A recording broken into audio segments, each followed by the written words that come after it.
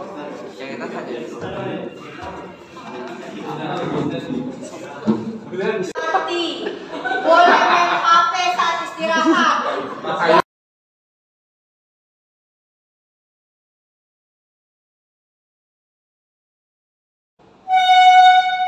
Baiklah Bapak Ibu guru, Miss Devi akan memaparkan materi tentang budaya positif yang diperolehnya dari guru penggerak.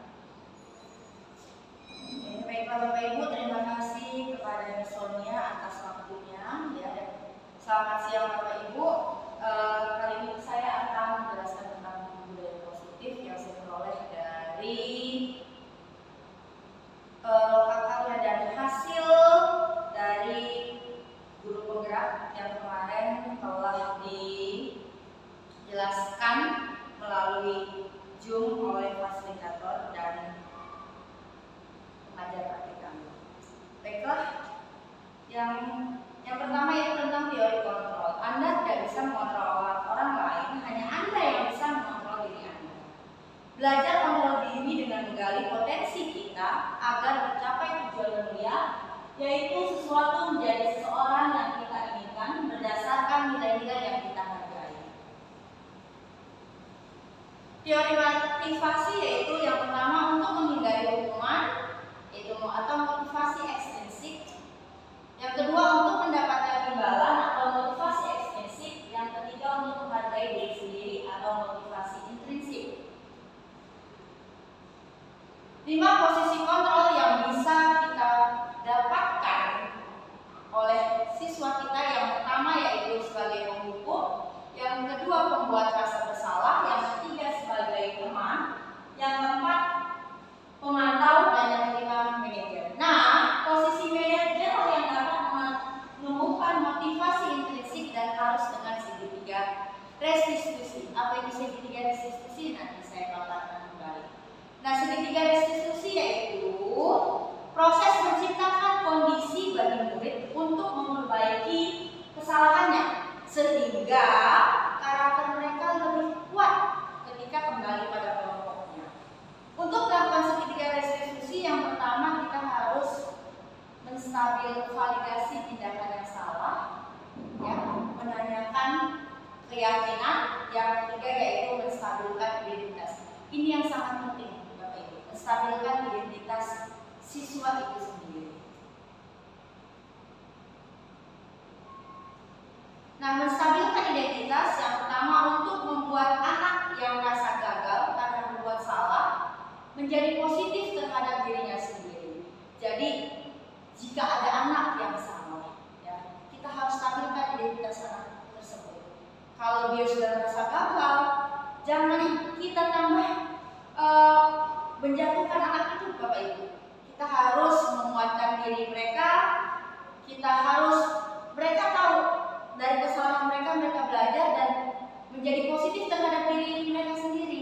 Ya, contohnya, misalkan guru kita bisa berkata, berbuat salah itu hal yang manusiawi. Tidak ada manusia yang sempurna. Bapak Ibu juga salah, pernah berbuat salah. Jadi kita pasti bisa menyelesaikan permasalahan ini. Bapak Ibu tidak tertarik untuk mencari tahu siapa yang benar, siapa yang salah. Bapak Ibu lebih tertarik untuk menyelesaikan masalah. Kalau kamu menyalahkan dirimu sendiri terus-menerus, ini kata kuncinya ya Bapak Ibu. Kalau kamu menyalahkan dirimu sendiri terus-menerus, apakah kamu bersikap baik pada dirimu sendiri? Nah, Bapak Ibu, kita berbuat baik kepada orang, tentunya kita harus berbuat baik kepada diri kita terlebih dahulu, ya. Jadi begitu juga dengan siswa. Dia tidak boleh menyalahkan dirinya secara terus-menerus. Dia harus bisa bersikap baik kepada dirinya sendiri. Salah satunya itu dengan tidak menyalahkan dirinya sendiri. Bukan berarti tindakan dia benar, tidak. Itulah kita stabilkan identitas.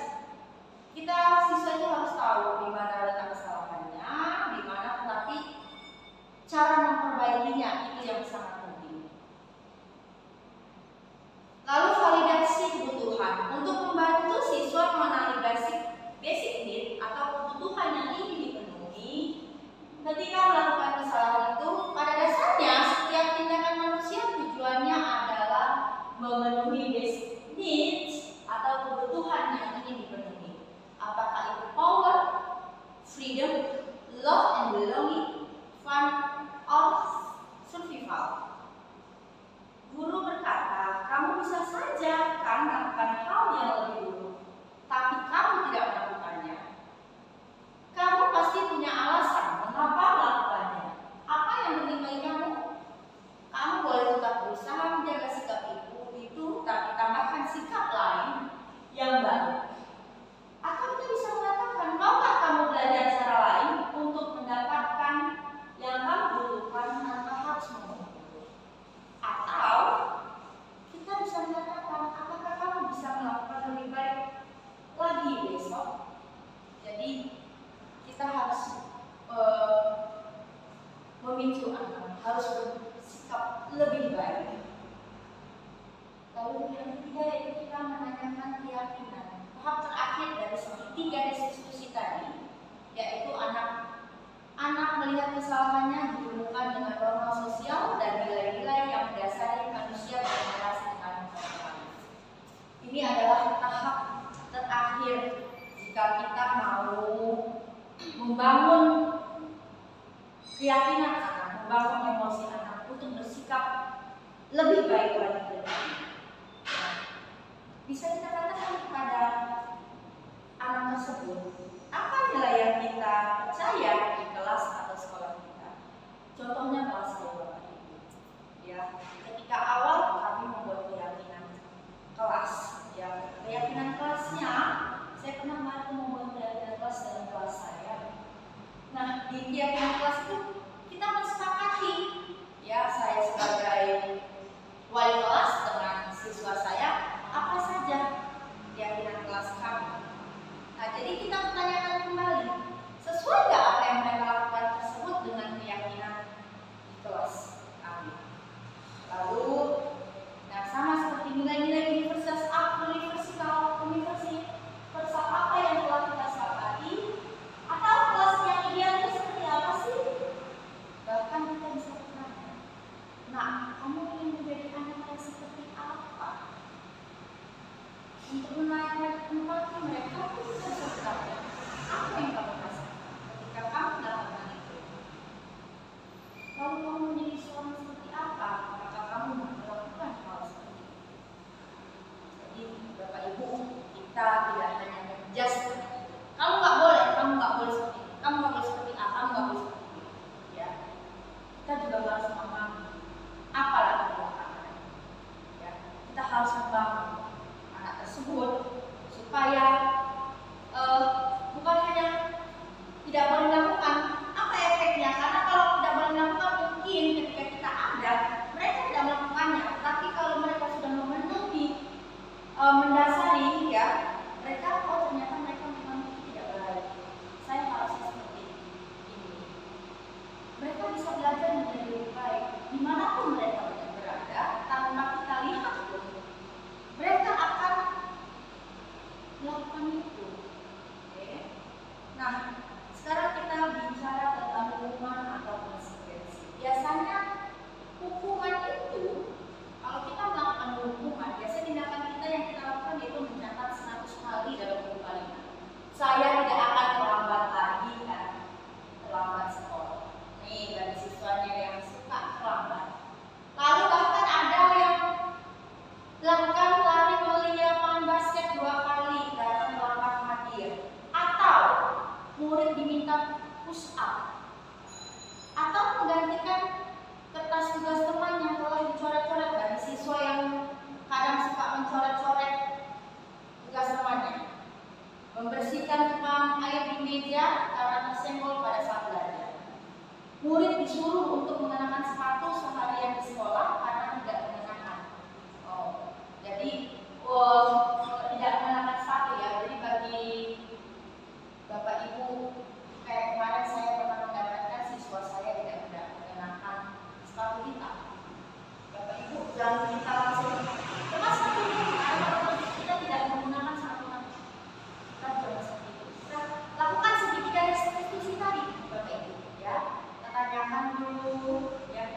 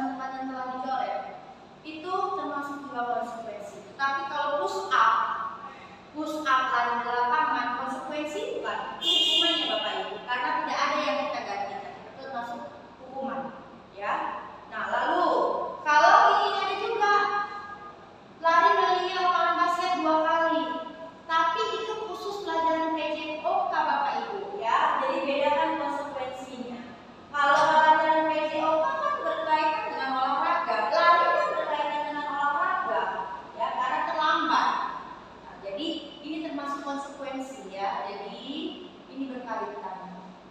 Lalu kalaupun disuruh untuk tidak mengenakan sepatu seharian di sekolah, anak tidak mengenakan sepatu ikat, itu termasuk hukuman Bapak Ibu ya, itu termasuk hukuman. Nah, hukuman-hukuman yang kita berikan atau konsekuensi yang kita berikan itu ada perbedaan. Yang pertama, kalau hukuman itu sesuatu yang menyakitkan, ya, yang harus terjadi.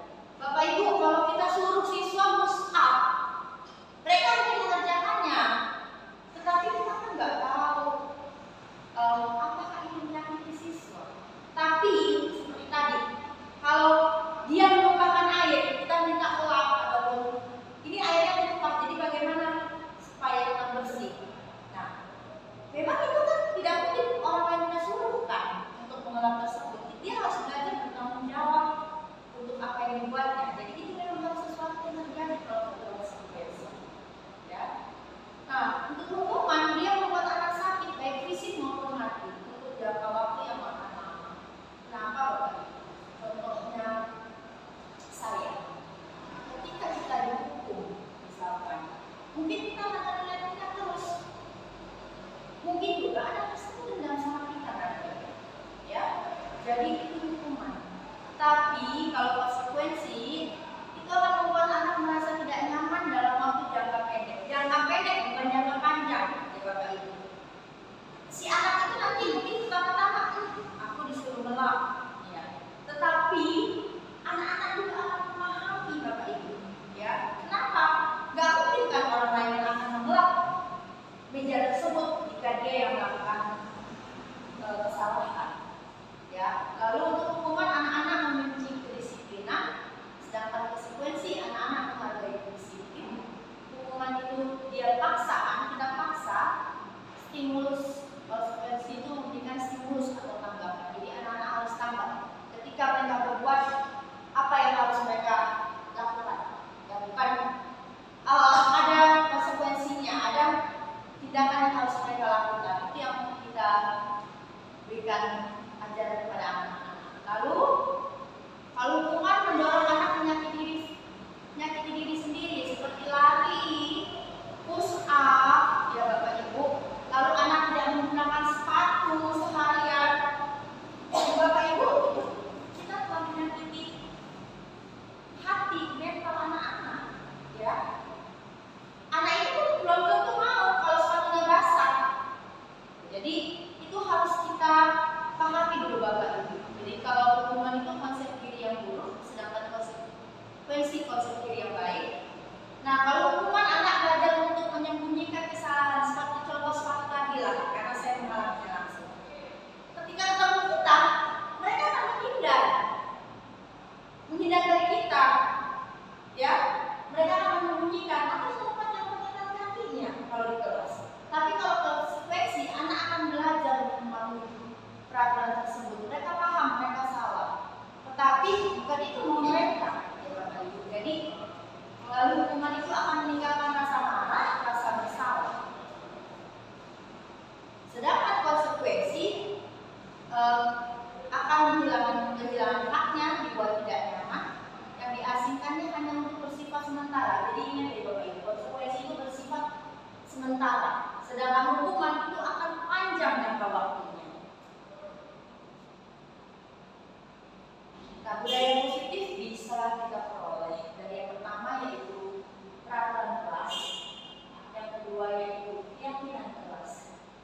Nah, didukung juga oleh lingkungan kelas, lingkungan positif, lingkungan sekolah positif. Lingkungan sekolah kita sebetulnya sudah sangat-sangat positif, nanti baru akan menimbulkan budaya yang positif. Jadi Bapak Ibu, kita mulailah khususnya kepada Bapak Ibu kelas, peraturan kelas yang positif akan menimbulkan keyakinan kelas siswa-siswa kita di kelas. Lalu juga akan menimbulkan lingkungan sekolah kita yang positif. Nah, dampaknya apa? Akan tercipta budaya positif untuk sekolah kita yang akan mereka terapkan juga di lingkungan di luar sekolah nantinya. Oke? Nah, di sini ada peraturan dan keyakinan kelas. Beda peraturan dan keyakinan. Bapak Ibu, kalau peraturan itu diterapkan oleh sebelah pihak, satu pihak.